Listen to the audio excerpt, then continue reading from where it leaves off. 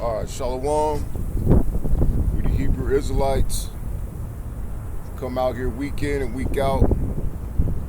Prophesy the downfall of the third Babylon, which is America. But first and foremost, I want to say call Halayim. Yahweh, Bahashim, Yahweh Shai, Bahashim, Harakadash. Double honors to the apostles and elders of Great Millstone, in which I learned this truth from, and who rule well. Salutations to the Bakiyah, the elect, the 144,000. That's 12,000 men from each of the 12 tribes of Israel. The 12 tribes of Israel consist of you so-called blacks, Latinos, and indigenous of America. The 144,000 being the governing body within the 1/3.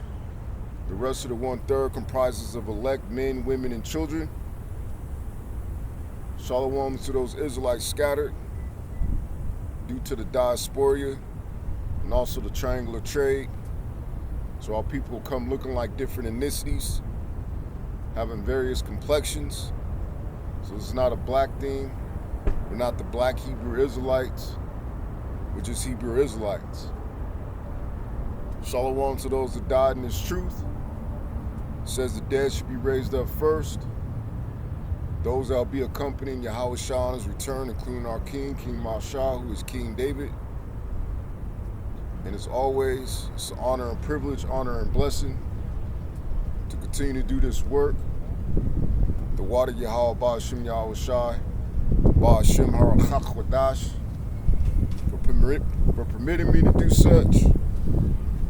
Baba Kashah Yahweh Ba'ashim Yahweh Shai, Ba'ashim Harakadash. Allow this to be a camp that glorifies Yahweh Shai, man. You know, what happened was I wasn't even going to do the work no more.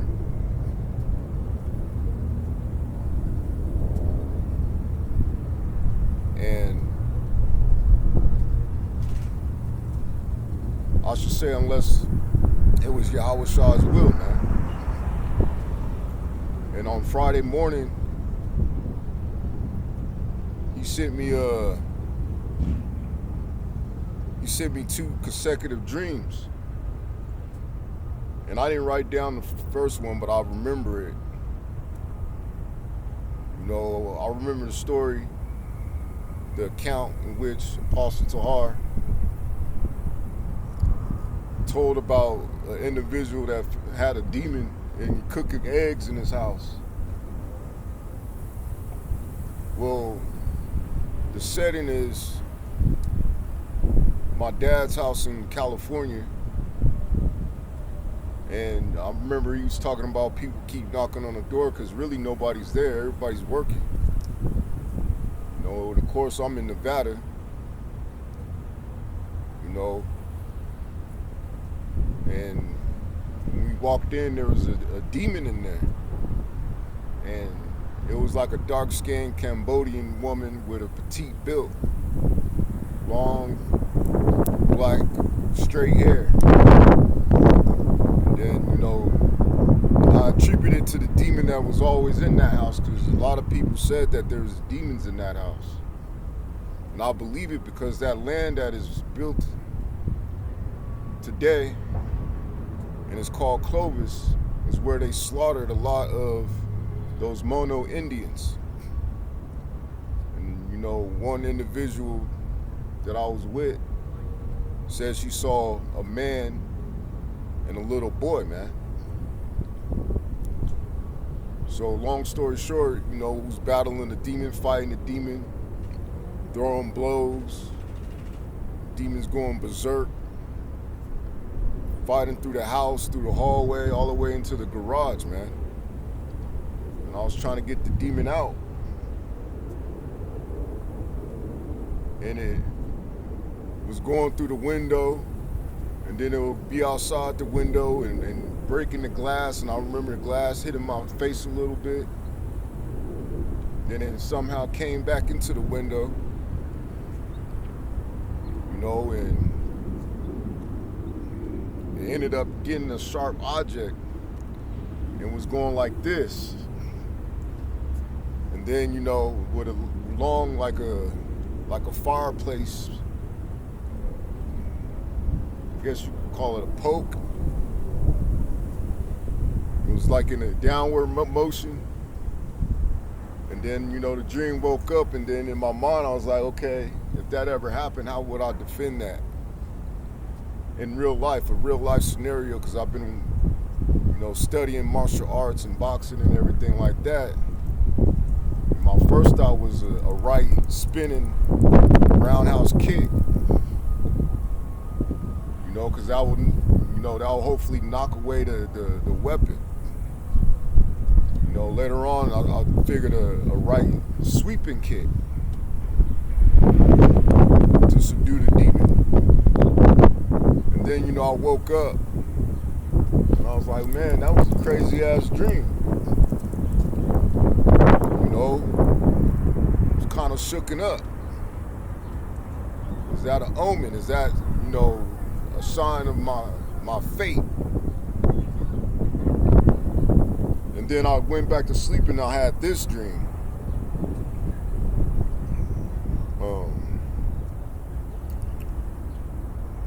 Which I'll start with this, because in this dream someone asked me the time, and on this hand it was my other watch, which face was broken and I couldn't tell the time, so I was like, oh fuck.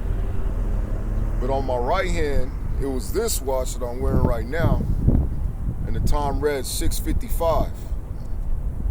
So I went to Copilot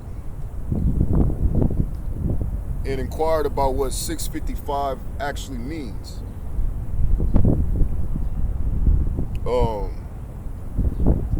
So this is biblical numerology. You know, this is to whoever could receive it, because I know a lot of brothers don't deal with numerology. Numbers have meanings, just as names have meanings. This is for those that, you know, are versed in it. So the core number components: 6, humanity; incompleteness, labor. It says 6 equals man, created on the 6th day.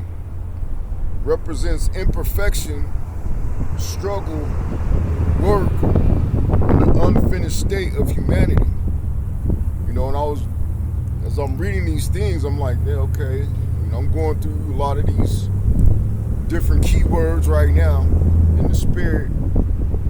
You know, and I'm assuming in the congregation, right?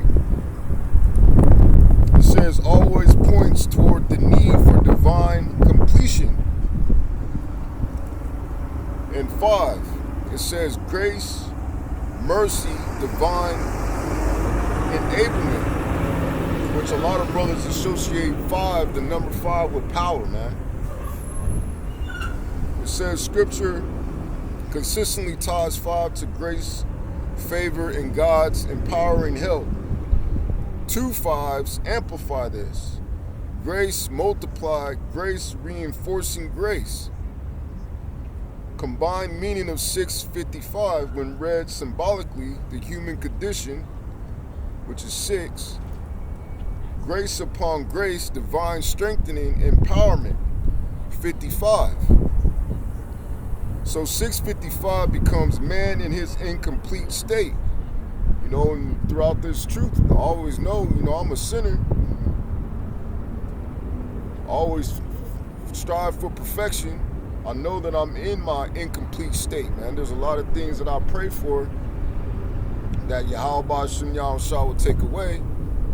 Some he has, and some, you know, he allowed me to practice moderation, man. You know, one that I don't do anymore, not that it's unlawful, you know, it's dealing with hoes. You know, knew this Passover I was going to have a problem with trying to quit again, but I had went alcohol free for a whole year, you know, but I knew this Passover there was going to be a demon that hopped on me, and I was going to get that drinking demon back again. And, you know, maybe it was for a reason, man. You know?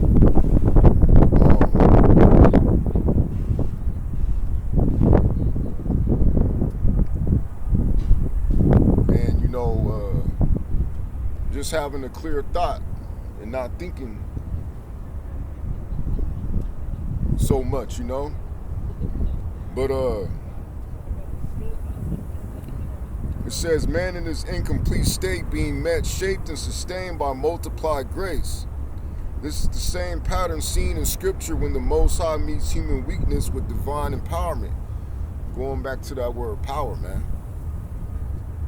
And that was the key time when I was asked what time it is, and I said 6:55 in the dream. Scriptural pattern supporting this interpretation. Even though 655 isn't a standard biblical symbol, the pattern is consistent with biblical numerology. 6 equals man's labor. The Most High adds grace. 5 to complete what man cannot. You know, and in this dream, you know, I think I said something on the lines that, you know, wanting mercy. But I can't quite think of what I said. But maybe that's just for me and Yahweh Shai, man. It says this is the same theological arc seen in the Most High giving grace to Noah in a corrupt generation, the Most High giving grace to Moses to lead Yasharallah. Paul's, my grace is sufficient for you. Hamashiach fulfilling what man could not. It says if you're asking because you keep seeing 655, and the symbolic message, biblically speaking, will be you're in a phase of labor, discipline, or incompleteness. The Most High is applying multiplied grace, correction, and empowerment. Something unfinished in your life is being brought toward completion. You're being strengthened for a responsibility or transition. This aligns with the biblical pattern of grace meeting weakness, empowerment, following discipline, completion, following struggle. So here's the dream. I saw I was around 3 men that I knew that were more than just men, you know, and I feel like every brother in this truth that has the wisdom, knowledge of Yahweh Ba'Shem Yahweh Shai Ba'Shem HaRakachodash are more than just men. But I saw 3 men, one with half his face disfigured, where you can see the inside of his nose. So I'm gonna just say how I'm gonna say it, man. Some things make me cringe, man. When I see certain things, you be like, oh, damn. You know?